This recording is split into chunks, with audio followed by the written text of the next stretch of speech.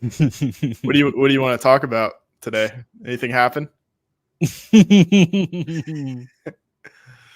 Surely something. Whole slate of NFL games. Yeah. Did you say the line, Will? Broncos country? Let's ride. Let's ride. Did we ride? I think we rid. Is this the one and only time we have ridden? Yes, I think so. Yeah, probably. This is the only ride. We did it. We did it, Broncos. We won the Super Bowl. We beat the Kansas City Chiefs in the 2023 Super Bowl. Something the fucking Eagles couldn't do. I'll tell you that. You're welcome, Philly. You're welcome. Yeah, a lot of Chiefs fans are saying, congratulations. This was your Super Bowl. To which I would say we now have more Super Bowl wins than the Chiefs. Yep. Because this was our Super Bowl. This is our 4th Super Bowl win. The Chiefs only have 3, of course. Mm-hmm. Other thing, Chiefs fans are like, yeah, that's good. Congratulations. And I'm going to be honest, the Chiefs fans were actually really, really nice in the stream. They were. They said it was about time. You guys played well. You deserved it. There's also a little bit of, Mahomes had the flu, though. Mahomes had the flu. If he's healthy, who knows? Well, guess what? John Elway played his entire career without an ACL. Bang! From downtown. Oh, Leroy Brown.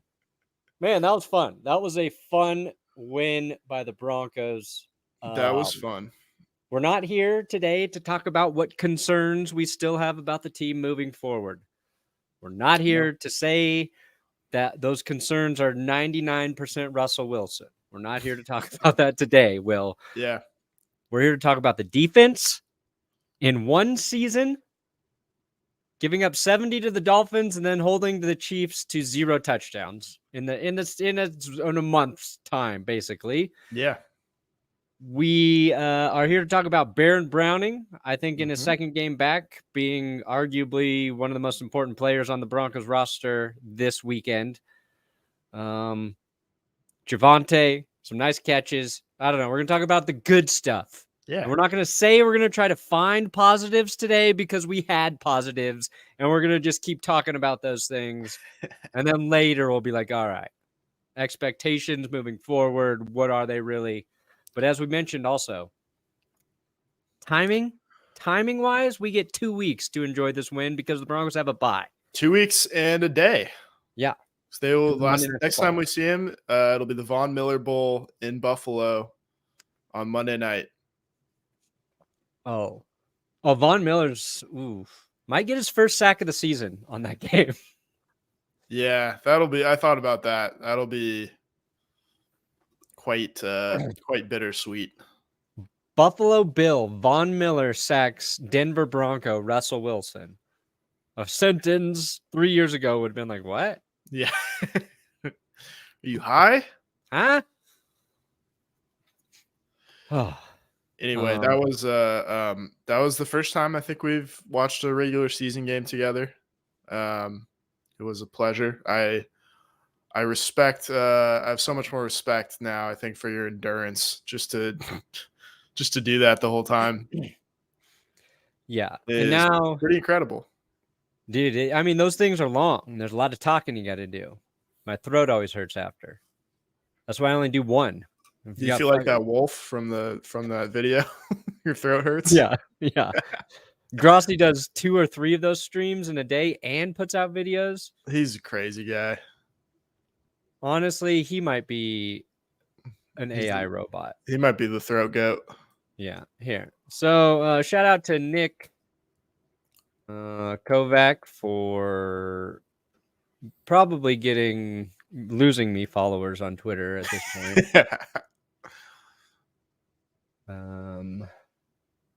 Let's see here. So it was the Timberwolves Brazil Twitter account. Yeah. Posted this weird video of a wolf eating a cat, some sort of leopard. Right. That's what I saw with my 2 eyes. Yeah, it was a wolf eating a leopard. I think an animation of it. the hell? Damn it. Not the chat. Is this going to get us demonetized? No, I just selected the wrong thing. Something dumb. Live streaming on YouTube. Nope, don't want that. Boom. This is what I meant to share. So Nick made that and said, post it if you want. I said, fuck it, I'll put it on Twitter. People are confused because obviously not everybody saw Minnesota, Brazil post this. But now we got this. Some people don't spend 10 hours a day on Twitter like us. Yeah, I forget that a lot. We make the mistake of assuming everybody knows all that shit. But yeah, truly that Timberwolf is indeed the slob wizard. Whatever the slob wizard is, you'll find out in winners and losers this week. Yep. Slob Wizard of Oz. Thank you, Chop. Watching for a decade, and great to see your success grow. Go Broncos. All right, Will, what was your favorite thing from this game? Besides ending the 17-game win streak? Well, 16. It would have been 17 had the Broncos lost. They end the streak. We don't have to hear about it. In fact, Chiefs fans got to hear about the streak. 1-0. The streak is at 1-0. So I think my favorite thing was kind of just after the game, getting to see some of the longer tenured guys like Garrett Bowles and Cortland Sutton and Justin Simmons just kind of bask in the win. It's been a really long time coming for them. There's no one remaining on the team from when the last time they beat them, but Justin Simmons, I think, was there for 15 of those 16 games. Yeah. So this was cool for him. Really cool. Think this meant something? I think it might have meant something. Yeah. I mean, might have meant something. We're at a weird crossroads with this game. Yeah. If the Broncos lose this game, there's really nothing to root for outside of losing for the rest of the season. It's just you're at that point where you really have to, as a fan, commit to hoping they can just draft the future. But they beat arguably the best or second best team in the NFL. We've seen a lot of weird games like that this season. I thought the Chiefs heading into this week had kind of edged themselves into the best team.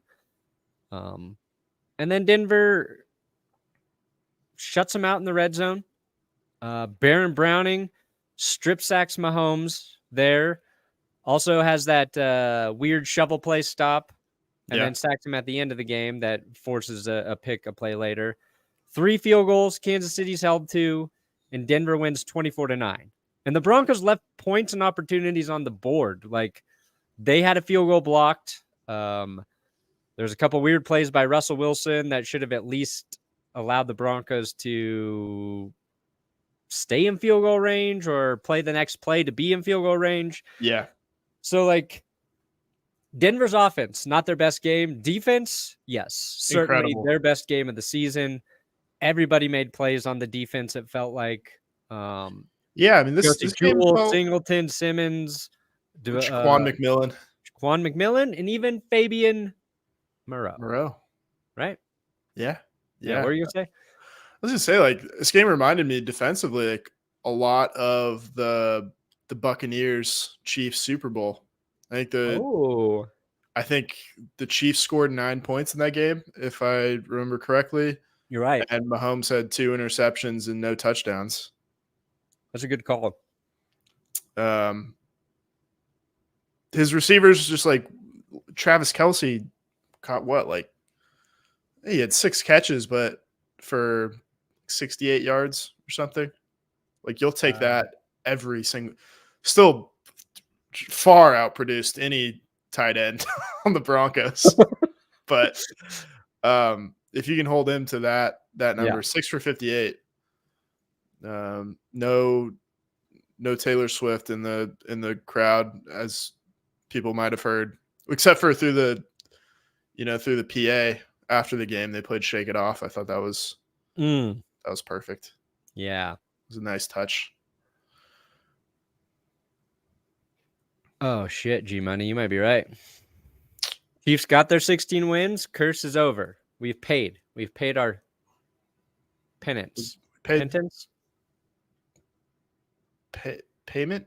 Yeah, payment. The Chiefs, they do have a flaw for sure, and it's not their defense. I don't think. No. It is their, like, who are they throwing to? When Travis Kelce doesn't have a big game, who's getting the ball? Yeah. No one. I mean, Patrick Mahomes put that ball right in Sky Moore's hands in the end zone. He couldn't come down with it. Yeah, that's a good point. That was a missed opportunity there. I guess Rashee Rice, like, he had most of his yards came on one play, like a little catch and run. Down the and it was like a swing pass or some shit, right? Yeah, or a little short pass. They don't have a guy at wide receiver. Yeah. And last year they made up for it by committee. They like really did. They did a good job with Juju Smith-Schuster, with MVS, with Hardman. Tony was better last year. Sky Moore and Tony late, right? Yeah, and then I think a pretty underrated guy in that group would be Justin Watson. Yeah, Justin Watson.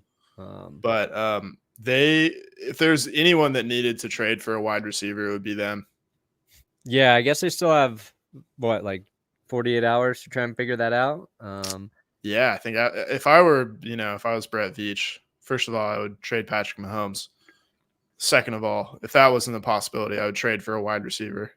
Yeah, I'd be calling for Mike Evans like yesterday. Yeah, for sure. Not like the explosive threat Tyreek Hill is, but just I would try to get I almost don't want to say it, just I don't want it to happen, but I would try to get Terry McLaurin out of Washington. Ooh, you think they'd deal him? They're gonna trade some guys. Yeah, I mean they're trying to think about getting rid of Edge. Yeah, Montez Sweat. Yeah, send him over.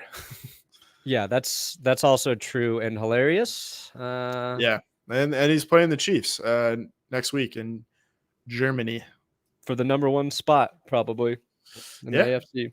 Yeah, big game. Yeah, and don't get me wrong, like I want to say like you can't blame Mahomes having the flu on anything, but I don't doubt he would have played a little bit better if he were healthy 100%. I'm not saying it's the reason they lost.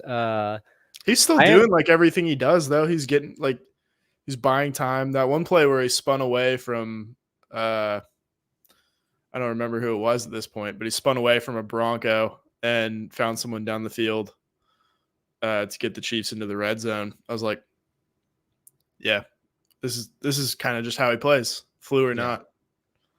I don't think it really I didn't see anything different. I just think the Broncos were that much better. They just were better. They've seen it so many times. There's some things like 3rd and 13, and he just layers the ball into a wide receiver, and you're like, how did he do that?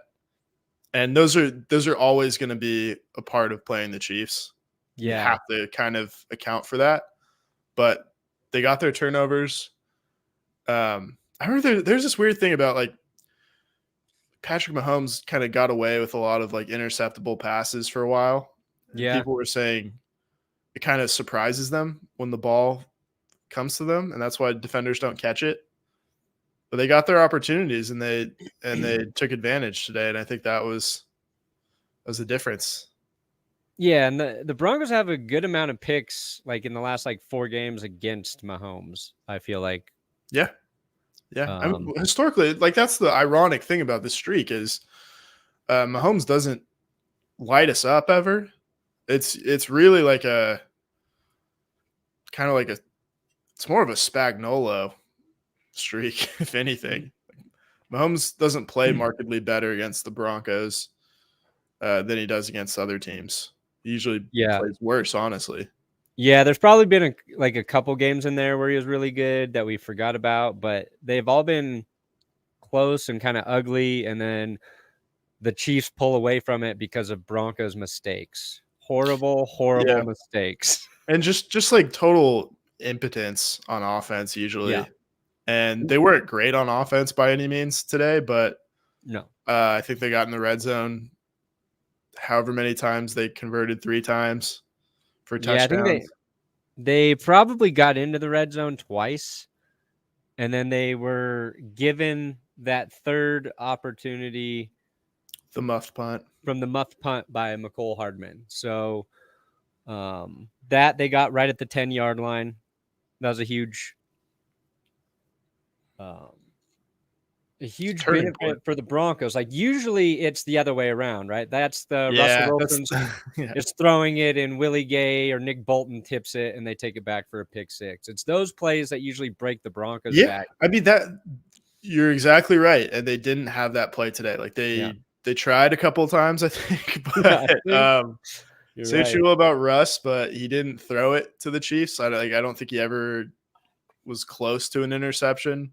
He just played kind of dumb at times, and he actually made a few smart plays, I thought. For instance, like third down in the fourth quarter, and he slides in bounds rather than running out of bounds to kill some clock. Not that it ended up being a factor, but good attention to detail in some situations.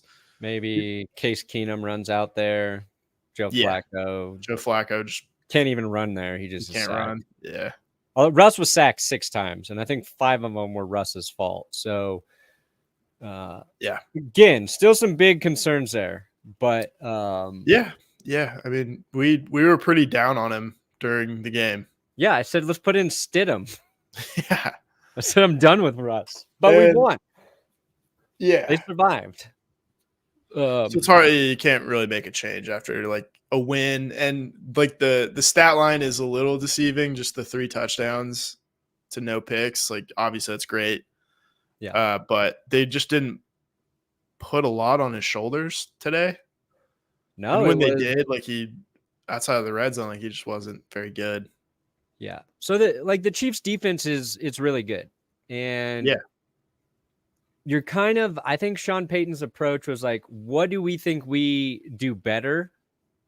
And against a tough secondary or a good defensive front. And I think Sean Payton's like, I think we run the ball more effectively. Yeah. They're more committed for sure. Yeah. 27 carries for Javonte Williams. Just 4 for Jaleel McLaughlin. I would like to see him get a couple more in there. 1 for P. Ryan. And then Russ had 8 carries. I think all of those were probably scrambles that he probably should have thrown the ball somewhere. And a couple, like 2 quarterback sneaks. Maybe a kneel down at the end of the game. Yeah. But I think they're like, we can win up front. And for the most part, they did in stretches. It felt like, there was a lot of plays Kansas City held the Broncos to no gain, but overall Javonte was effective. And they just bet on that versus, I think like maybe last year with Hackett, it would have been like, let's just let Russ throw it 40 times in this game type of thing. He threw it 19, he completed 12, and 3 of those happened to be touchdowns. I think that's why I'm very excited for when Sean Payton gets to pick his quarterback. Yeah. Whoever that ends up being. And after the last 2 weeks, odds are not that it's going to be 2 of the top guys. No, but you're right. You don't know. You just don't know. Yeah. So we're not here to worry about that yet. No. We will cross that bridge, Bo Nix, when we get to it. Tell her happy birthday, inebriated hero. Thank you guys for making the Broncos fan experience a whole lot happier. Happy birthday, Brendan. A whole lot of love from Mexico. Thank you, Jesus. Tossing some pesos. Fuck yeah. I take all money. Speaking of money, oh wait, I did a bunch of underdog drafts. Let's see if I hit in some of those. Ooh, currently I am winning $20.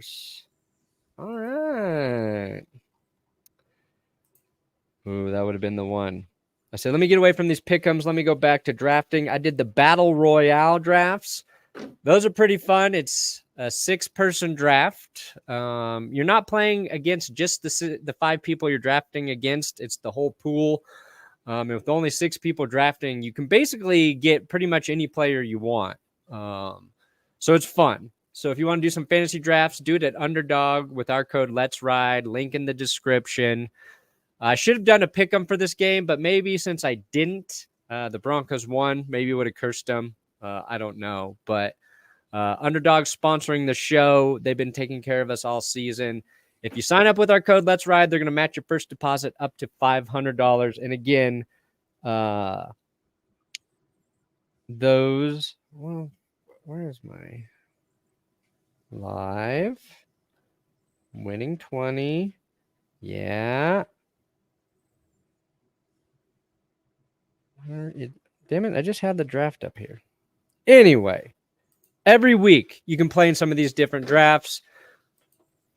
And if you're like me, you're better at playing in drafts than pick'ems. But do whatever higher, you like. lower.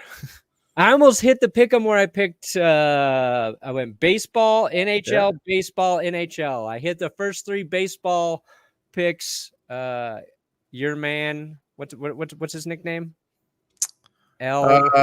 I don't know his nickname. El Bombi? El Bombi?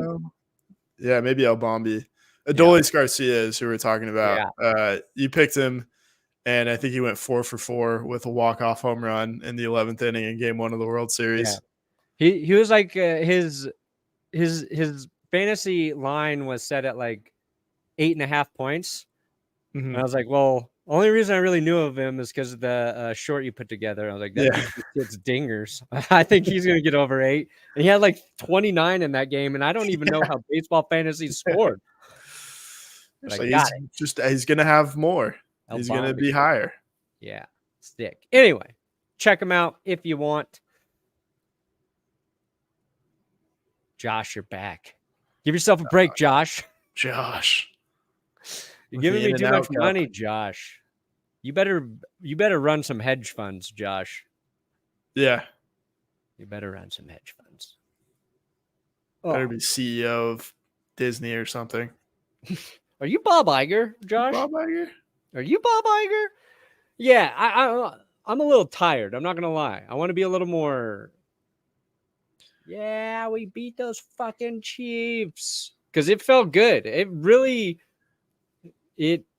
was awesome. It was the most satisfying Broncos win I have felt. Oh man, what was the last really good one that they had? I would say 2020 when they came back, I think 21-0 against the Chargers and won on the last second touchdown to KJ Hamler. That was pretty cool. That was a good one. Yeah, I like that one. I think I could have almost felt this way if the Broncos had won the Commanders game this season. Yes. And had they won that game. Oh, God. Now I have to think about this. We'd be 4-4. 4-4. 500. And even 500 still in the dance. Well, I mean, you have to think about how big this win is, not just because of the streak, but it just changes the outlook of the season. Yeah. It totally changes your expectations, your forecast, your objective. This is just not a team that's bad enough to tank. They're better than we thought they were, especially on defense. And obviously part of that is getting Baron Browning back, but another part of it is, I think, familiarity with the scheme, not just on the player side, but on Vance Joseph's side, because he's not running his own scheme. He's kind of running a hybrid between his scheme and Vic Fangio's scheme. And they've made some personnel changes. They've been playing Fabian Moreau more. Yeah. Jaquan McMillan, who's been awesome, obviously. and they're just figuring it out.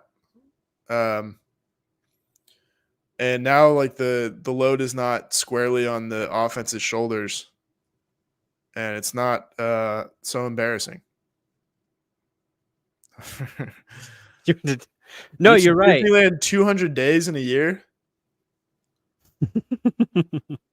That's a lot of Disney trips, Josh. You better live in Anaheim or something. Oh, I'm sorry they lost the Rugby World Cup final.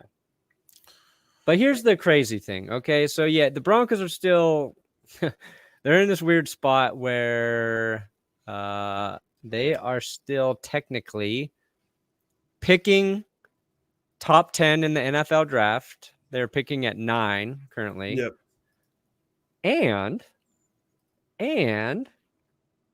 they are also still in the playoff race, Will. We are officially in the hunt. We're in the hunt. We're at 14. The Chargers are probably going to get a win. But look, they're 3-5. Colts are 3-5. Raiders are probably going to be 3-5. Titans are 3-4, 3-4. And then you got, Cincy and the Jets. They're the only on the bubble teams with a winning record. There's a half of football season left. So what would have sounded crazy after that Dolphins game is, the Broncos can win 6 of 8, then maybe they are in the 7th spot for the wild card at this point. Do I see the Browns winning 6 of 8? I doubt it. Do I see the Steelers winning 6 of 8? Probably not. Probably not. The Jets? Yeah, no, I don't see it. The Bengals, absolutely. Bengals could easily do it. Like, all of these teams are weird. Bengals might win the Super Bowl. Yeah. And so it's weird to, I guess, go from, I was 100% like, fine, let's just keep losing. Let's just be picked 1 or 2. If we can get to 1, amazing. More likely, we can probably get to 2. I'm okay with that. And now I'm like, this is a turning point victory. It is an identity, shifting victory for the team moving forward. Yeah. And probably for the long haul. But even if they get into that spot, that final playoff spot, I still don't think you or I believe that Russell Wilson is the answer. And it's still going to be a question of this offseason, how do they fix that? And there's not a quick answer. There's not a quick solution other than being in a spot to draft your guy. It feels like there's a handful of quarterbacks that are interesting. It's deep. Yeah. You got, obviously, we'll have plenty of time to go through it, but even after May and Williams, you're talking about Michael Penix, Bo Nix, JJ McCarthy, guys to be had that are, they're on different tiers, but the exciting part is you trust the coach who's going to pick the guy and then develop the guy. Yeah. And I think what Sean Payton needs from his quarterback is a guy who's just going to make decisions quickly. Yep. And Russ, like you said, when he's throwing the football, he makes smart decisions. Mm-hmm. He's not a guy who throws the ball to the other team frequently. This game, he had a couple missed throws that I think he normally makes. He said he had a glove on. We're not used to seeing him wear a glove. Don't know if that had anything to do with it. But he does not get to those decisions quickly. And I think Drew Brees did, and he did that very well with the Saints. Even if it's the quick slant passes, it's the swing pass, whatever the decision may be, he gets there quickly and he identifies what the defense is doing quickly. And I don't think Russ does that. And I think Sean Payton knew that before he took the job. I think he's confirmed it since working with Russ. And I think that will be the biggest change we're talking about at some point. That said, you can float with Russ. You can win games because as average as he was in this game, next week, it might be one of Russ's good games.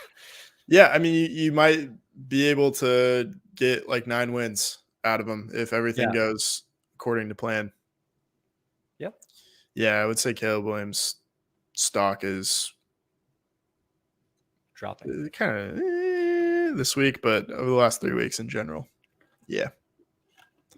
Maybe we just actually hope for the Broncos to, do their best, and Caleb Williams to just continue to play like really bad. And all teams are off on him. And then the Broncos are like, guess what? We're not.